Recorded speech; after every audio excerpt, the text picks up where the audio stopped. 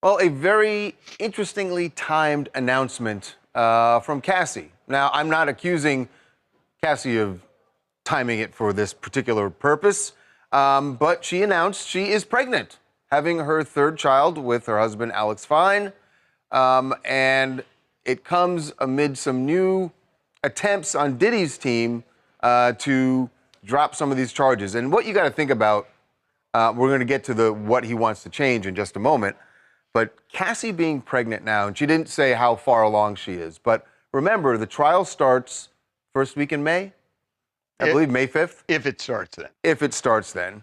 And if she is on the stand, as we expect her to be, she is victim number one in the indictment. She's going to be the star witness. That she's the star witness. Now you have the star witness pregnant on the stand. That is a... Well, you know what it is. I mean, the sympathy... You know what it is. We can go back a few segments here, and it's kind of the Rihanna effect in the courtroom. And they're going to look at this woman who is pregnant, engaged, and it's kind of, trying to juxtapose these two images. Mm-hmm. And so, I mean, that's the subliminal difficulty that Diddy's going to have. The part they're not going to be able to escape is when they play the video of her hotel being dragged beating video. That's right.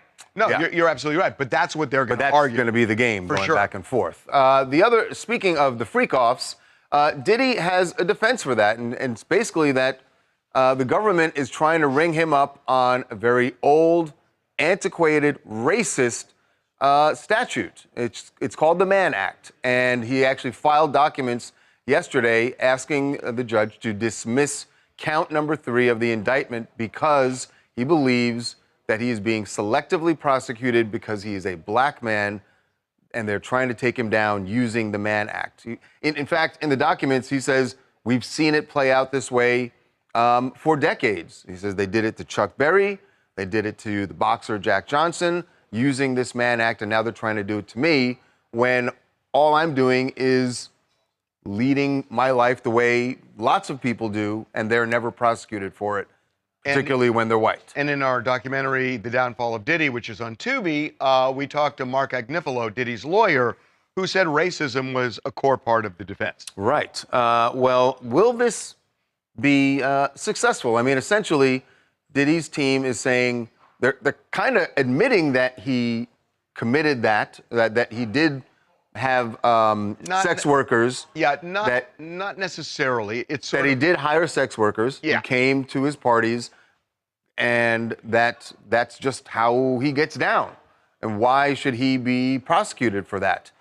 Can it be successful to put basically the government on trial for using this law and for this law even existing? Joining us right now to discuss that, Anthony Capozzolo is a former federal prosecutor himself. Still is now a defense attorney, and he is joining us now. Anthony, welcome to TMZ Live. Great. Thanks for having me. Pleasure to be on. We appreciate it. So selective prosecution is a thing in the law, and it has been used occasionally with success where prosecutors may have targeted somebody for something that they never would otherwise prosecute other people for. Is it possible that could fly here? In this particular case, I don't think so. If you read the defendant's motion papers, it presents a very narrow view of the evidence that's alleged in the indictment.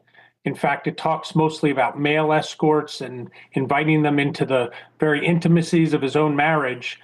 Count 3 actually alleges sex trafficking involving 3 female victims in addition to the male escorts.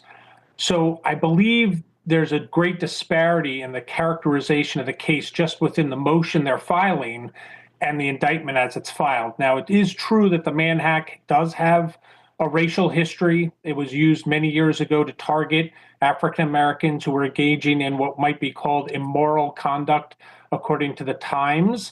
But that statute was amended several times. It removed the immoral purposes, and it removed some other language, and now restricts application of the statute to conduct involving sex trafficking and transportation related to criminal conduct. So the only way the statute can be charged now is if it's alleged that somebody committed a crime. And again, I think the indictment alleges more conduct than what is addressed in the defense motion. And so this motion. Can I stop you? That's really interesting, because if the crime is not just taking somebody from one state to another and paying them, if they can prove it's consensual, what's the crime? Prostitution is still a crime. So transporting someone across lines for prostitution solely could still be considered a crime. However, it's important to note that the conduct that they described in the defense motion seems to be a bit more narrow than what that count 3 in the indictment actually alleges, which also talks about the 3 female victims. And there are other allegations in the indictment that relate to that as well. I spoke to Mark Agnifilo on the documentary we did. And this kind of reminds me of Johnny Cochran and O.J. Simpson, that Johnny changed the defendant to the state, to the police. What Agnifilo said to me, and I could hear him talking to the jury in closing, he says, this is an attempt to take down a successful black man. And there is a long, rich history of that among prosecutors. That worked with O.J. Simpson, that kind of defense where you don't look at what happened to Nicole, you look at something bigger. Could that happen here? It really will come down to the evidence at trial. It's definitely a theme. Mark Agnifilo is a great lawyer. I know him for many years. He is a formidable force in the courtroom.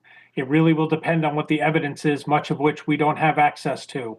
There are references to videotapes. There may be witnesses that have either are known to the prosecution or have become known to the prosecution that we're unaware of. A lot of the materials are covered by a protective order. But I agree with you, that is exactly the argument that the defense will be making, along with many others, to the jury, that this case is being treated in some way more special because of who he is. And that runs into that theme that there's a long history of targeting prominent African Americans in the past, like the cases you mentioned, Chuck Berry and the boxer who was actually pardoned by, I believe, Obama many years ago. All right. It is going to be interesting, just a couple months away. But you're right. It does sound like they're setting it up that is going to be the tack they take. Anthony, thank you so much. Thank you, Anthony. For joining us. Thanks we'll talk to you soon. me. Appreciate it. Okay. Yeah.